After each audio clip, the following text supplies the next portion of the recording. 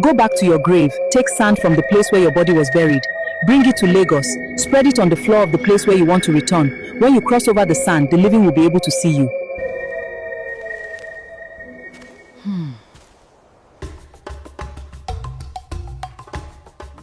3 days later, he was buried according to village custom. David watched as they lowered his body into the ground. He watched them cover him with soil. He watched them place a wooden cross above his grave. The pain he felt was worse than the accident itself. His mother cried uncontrollably, her voice breaking as she held on to his lifeless memory. My son said he had good news for us. My son said he had good news for us. What was the good news? Why did he take it with him?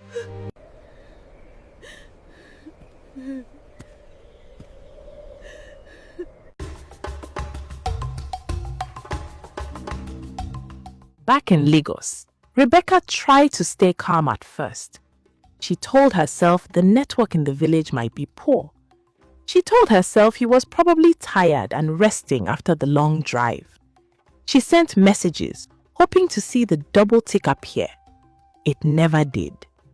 As the days passed, her calm slowly turned into worry.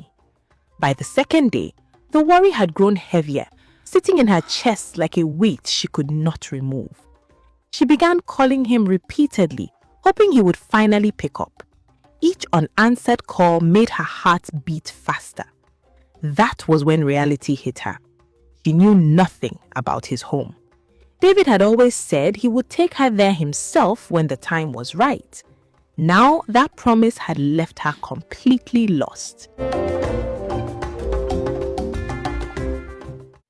After the burial, David wondered. He did not know where to go. He returned to Lagos, hoping the one person who loved him more than anyone else would somehow sense him.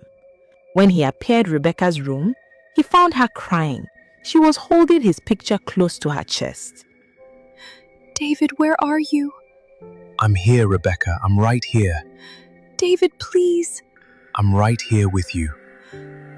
He stood in front of her, but her eyes looked through him. She could not see the man standing only inches away. Days passed as David watched Rebecca lose herself in sadness.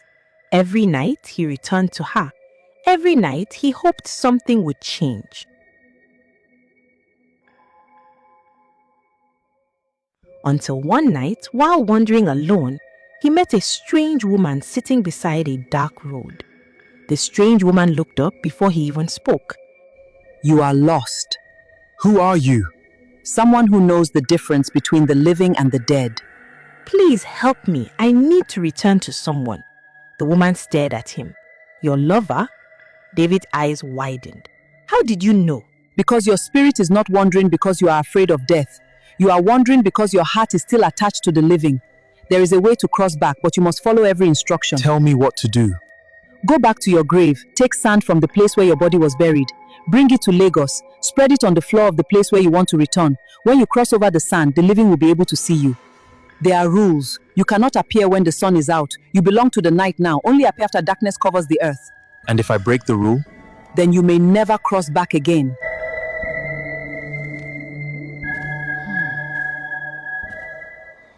That night, David returned to his grave. He stood silently over the place where his body rested. Then he bent down and picked up the sand.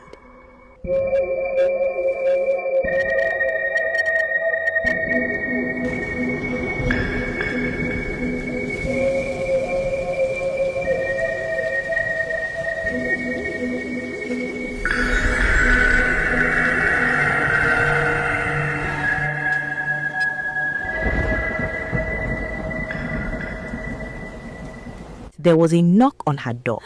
The sound was soft but clear enough to pull her attention. Rebecca sat still on her bed, listening carefully. Another knock followed, gentle but firm, as if the person outside knew exactly how to call her attention. Her heart began to race. It was late, too late for visitors, but something about the knock felt familiar. Slowly, she stood up and walked toward the door, her steps cautious.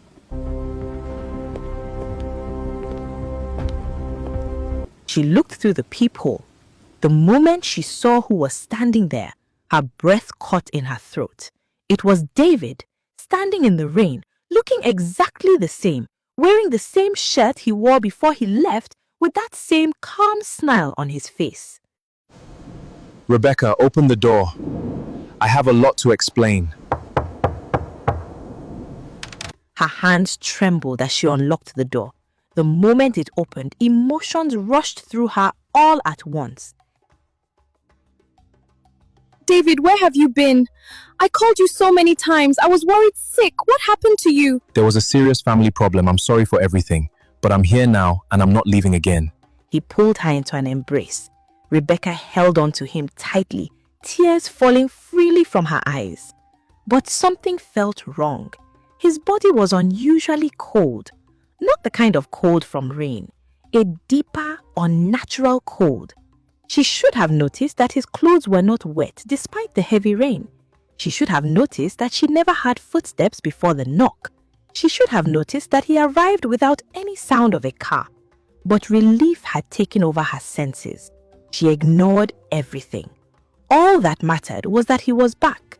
Rebecca held him and cried into his chest, unaware that she was embracing a man who had been buried a month ago.